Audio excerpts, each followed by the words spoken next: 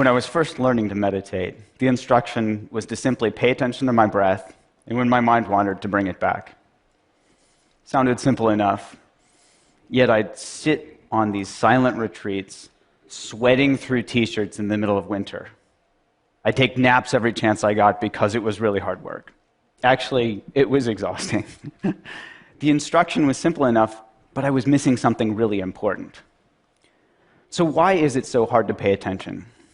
Well, studies show that even when we're really trying to pay attention to something, like maybe this talk, at some point about half of us will drift off into a daydream or have this urge to check our Twitter feed. So what's going on here? It turns out that we're fighting one of the most evolutionarily conserved learning processes currently known in science, one that's conserved back to the most basic nervous systems known to man. This reward-based learning process is called positive and negative reinforcement, and basically goes like this. We see some food that looks good. Our brain says, calories, survival. We eat the food, we taste it tastes good. And especially with sugar, our bodies send a signal to our brain that says, remember what you're eating and where you found it. We lay down this context-dependent memory and learn to repeat the process next time. See food, eat food, feel good, repeat. Trigger, behavior, reward. Simple, right? Well, after a while, our creative brains say, you know what? You can use this for more than just remembering where food is.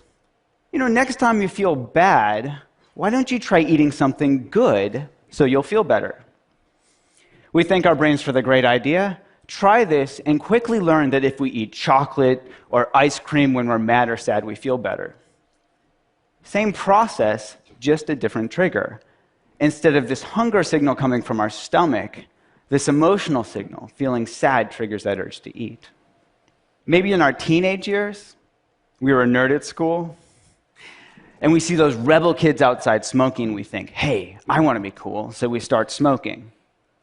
The Marlboro Man wasn't a dork, and that was no accident.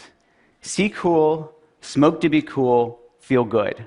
Repeat. Trigger, behavior, reward. And each time we do this, we learn to repeat the process, and it becomes a habit.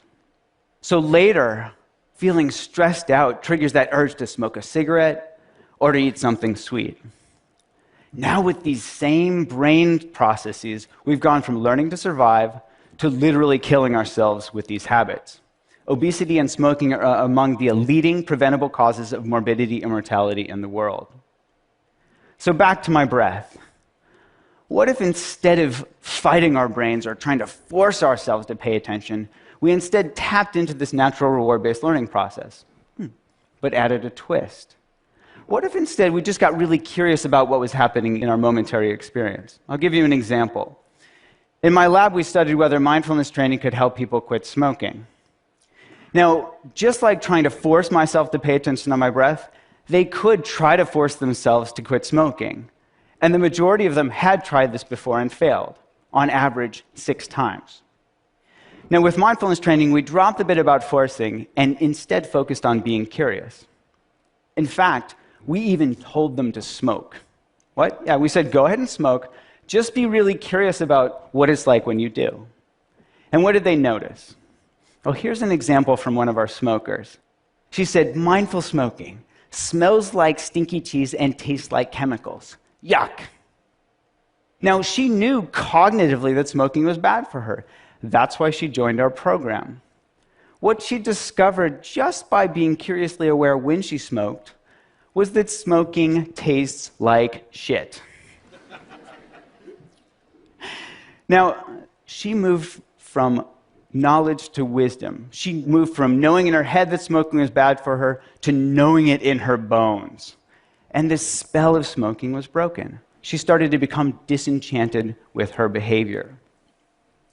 Now, the prefrontal cortex, that youngest part of our brain from an evolutionary perspective, it understands on an intellectual level that we shouldn't smoke. And it tries its hardest to help us change our behavior, to help us stop smoking, to help us stop eating that second, that third, that fourth cookie. We call this cognitive control. We're using cognition to control our behavior. Unfortunately, this is also the first part of our brain that goes offline when we get stressed out. which isn't that helpful. Now, we can all relate to this in our own experience. We're much more likely to do things like yell at our spouse or kids when we're stressed out or tired, even though we know it's not going to be helpful. We just can't help ourselves. Now, when the prefrontal cortex goes offline, we fall back into our old habits, which is why this disenchantment is so important.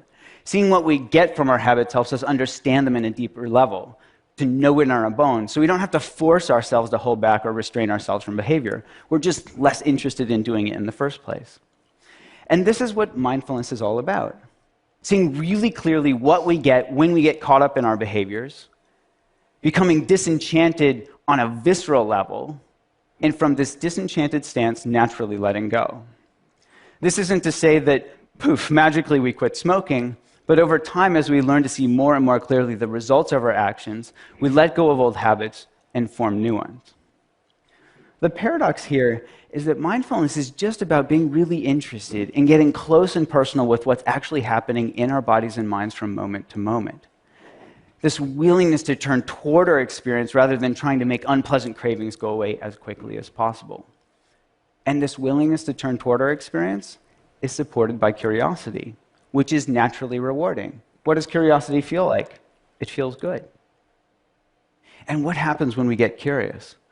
We start to notice the cravings are simply made up of body sensations. Oh, there's tightness, there's tension, there's restlessness, and that these body sensations come and go. These are bite-sized pieces of experiences that we can manage from moment to moment, rather than getting clobbered by this huge, scary craving that we choke on. In other words, when we get curious, we step out of our old fear-based reactive habit patterns and we step into being. We become this inner scientist where we're eagerly awaiting that next data point. Now, this might sound too simplistic to affect behavior, but in one study we found that mindfulness training was twice as good as gold standard therapy at helping people quit smoking. So it actually works. And when we studied the brains of experienced meditators, we found that parts of a neural network of self-referential processing called the default mode network were at play.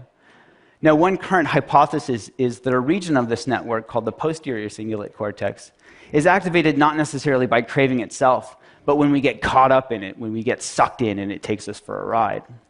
In contrast, when we let go, step out of the process just by being curiously aware of what's happening, this same brain region quiets down.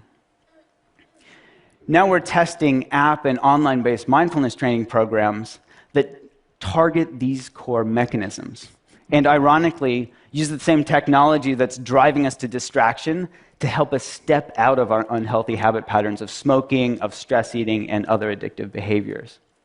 Now remember that bit about context-dependent memory? We can deliver these tools to people's fingertips in the contexts that matter most, so we can help them tap into their inherent capacity to be curiously aware right when that urge to smoke or stress eat or whatever arises.